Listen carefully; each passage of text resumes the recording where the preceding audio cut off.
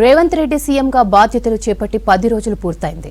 ఈ 10 రోజుల్లో ఆయన వివిధ శాఖల ఉన్నతాధికారులతో సమీక్షలు, సమావేశాలు నిర్వహించారు. ఒకవైపు వినూత్న కార్యక్రమాలకు శ్రీకారం చుడుతూనే పరిపాలనలో సంస్కరణలపై ఫోకస్ పెట్టారు. రాష్ట్ర వ్యాప్తంగా పలువురు ఐఏఎస్, ఐపీఎస్ అధికారులను బదిలీ చేస్తున్నారు. పాలకులం కాదు, సేవకులం అంటూ పాలనలో తనదైన ముద్ర వేసే ప్రయత్నం చేస్తున్నారు రేవంత్ రెడ్డి.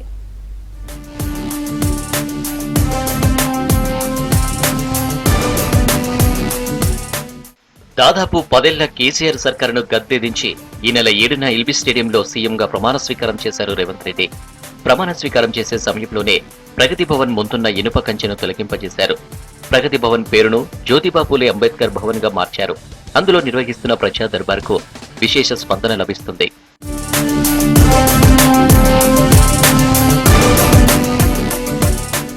సీఎం రేవంత్ ప్రగతి భవన్ లో ఉండబోనని స్పష్టం చేశారు. జూబ్లీహిల్స్ లోని తన నివాసం నుండే ప్రతిరోజు సచివాలయానికి వస్తున్నారు. అధికారం చేపట్టిన 48 గంటల్లోనే 2 గ్యారంటీలను అమలు చేశారు.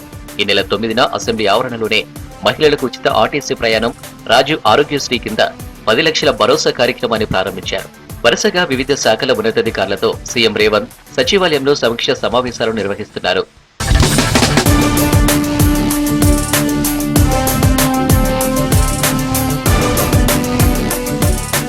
పాలనలో తనదైన మార్కు చూపే ప్రయత్నం చేస్తున్నారు రేవంత్.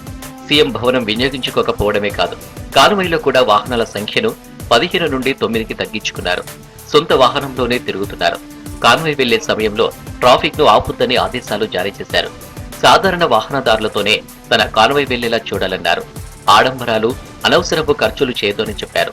ఉన్న సదుపాయాలను, భవనాలను పూర్తిగా వినియోగించుకుంటామన్నారు రేవంత్.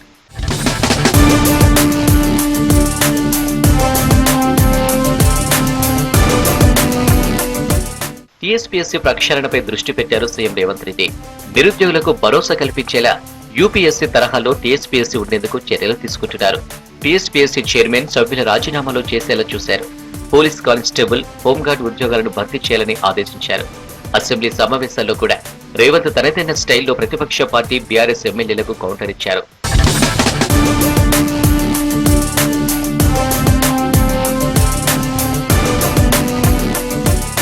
మొత్తానికి సీఎం రేవంత్ 10 రోజుల పాలనలో తనదైన మార్కు వేసే ప్రయత్నం చేస్తున్నారంటున్నారు రాజకీయ విశ్లేషకులు.